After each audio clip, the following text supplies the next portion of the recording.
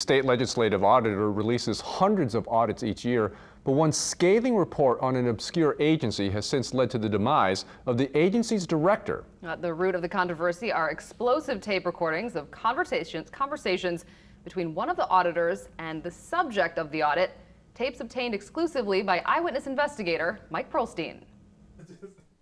Jacob Johnson had been an up-and-coming Louisiana government executive. Hired in late 2011 as the director of the Health Education Authority of Louisiana, or HEAL, Johnson was tasked with reviving the obscure and long-dormant agency. But the outspoken Johnson clashed with some powerful people. By the time we caught up with him late last year, he was still collecting his $100,000 a year salary, but his board had been disbanded, his email had been cut off, and efforts to get rid of him and abolish his agency had reached a fever pitch.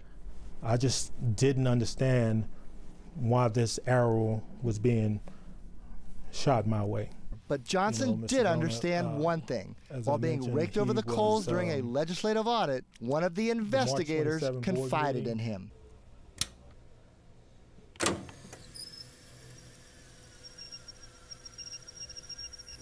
They felt like, look, we can divide and conquer here. So let's find out everything we can, and let's divide him, leave him on an island alone, so we can crush this agency. The voice on the tape recording belongs to Justin James, a state auditor at the time. It is utterly ridiculous how much scrutiny they're putting on this agency. I've been here 12 years, I've never seen anything like this. Now, at a certain point, you decided to tape some of these conversations. What compelled you to do that? I taped the conversations basically because I felt fearful for what was going to happen. The ultimate goal is to shut down HEAL. What did you think when you heard that? I was disbelief. I thought that this cannot be happening. Some background. HEAL is a 50-year-old agency that helps finance medical construction projects. Tulane Medical Center and Ochsner Hospital are among its showcase ventures. All of its revenue comes from this parking garage across from New Orleans City Hall, generating about $350,000 a year. But when Johnson took over, the agency hadn't launched any projects since the 90s. So I came into an agency that had no policies, that had no strategic plan, had no projects on the horizon.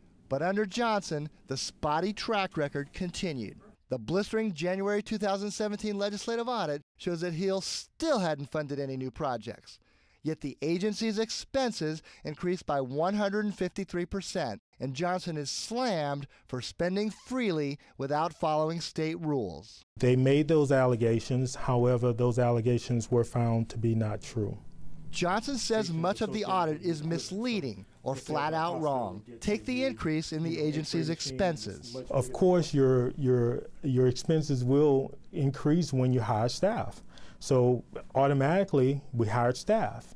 The audit also hits Johnson for getting reimbursed for business travel within the New Orleans area. But the total amount being questioned over the 6-year period, $215. It's obvious that this is petty, and that's where they are right now.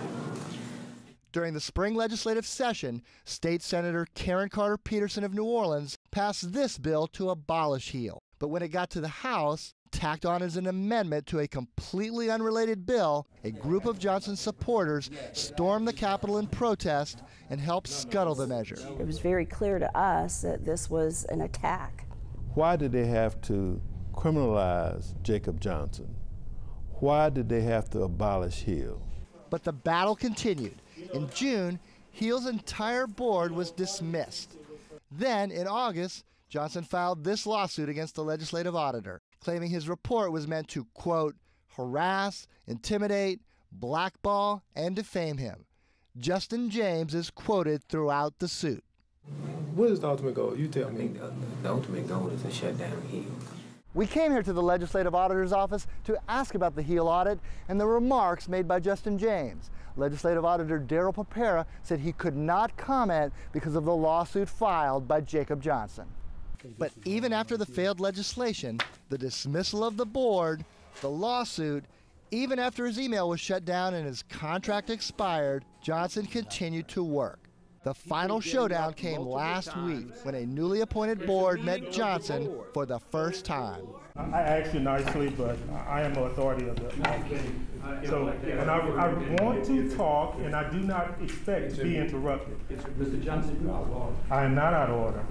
Pro-heel activists from all over the state packed the room. And I will not sit by and watch this another black man lose his job. At one point, board chairman Charles Cravens ducked into another room. When the meeting resumed, extra security was called in. The board got through its agenda, but not before a combative Johnson got in a few last words. Don't tell me that my allegations are not real.